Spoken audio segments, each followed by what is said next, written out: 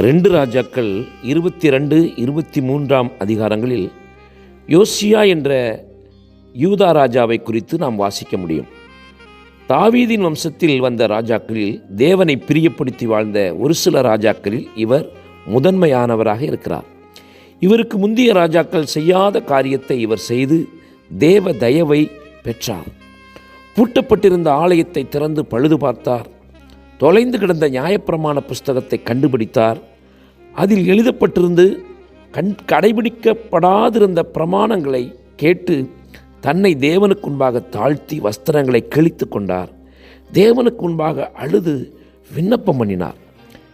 பின்பு தேசத்து ஜனங்கள் யாவரையும் கூடி வரச் செய்து நியாயப்பிரமாண புஸ்தகத்தை வாசித்து கேட்கச் சொன்னார். பின்னர் அதன்படி முழு இருதயத்தோடு வாழ ராஜாவும் ஜனங்களும் உடன்படிக்கை செய்து கொண்டார்கள் என்று நாம் வாசிக்கிறோம். அன்பானவர்களே, இந்த புதிய வருட துவக்கத்தில் யார் மேல் தேவன் பிரியமாயிருப்பார்? யாரை தேவன் ஆசீர்வதிப்பார்? தேவனுடைய வார்த்தையின்படி வாழ தேவனோடு உடன்படிக்கை செய்து கொள்பவர்களைத்தான். உடன்படிக்கை என்பது ஒரு ஒப்பந்தம். ஒப்பந்தத்தில் நிச்சயம் பலன் உண்டு. ஒப்பந்தம் நிபந்தனையின் அடிப்படையில் கையெழுத்தாகிறது.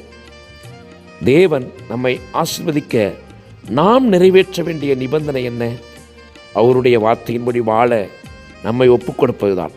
ஆகவே இந்த முதல் மாதத்தில், இந்த வருஷத்தின் துவக்கத்தில் நல்ல தீர்மானங்களை எடுங்கள். நம் தேவன் உடன்படிக்கையின் தேவன். தீர்மானம் எடுத்து உடன்படிக்கை செய்து கொள்பவர்களுக்கு ஆசீர்வாதம் நிச்சயம் உண்டு. அதோடு அந்த தீர்மானங்களை இந்த ஆண்டு முழுவதும் நிறைவேற்ற கவனமாயிருங்கள். யாத்திராகமம் 19:5 சொல்கிறது, என் உடன்படிக்கையை கைக்கொள்வீர்களானால் சகல ஜனங்களிலும் நீங்களே எனக்கு சொந்த சம்பத்தாயிருப்பீர்கள். ஆமென். God bless you.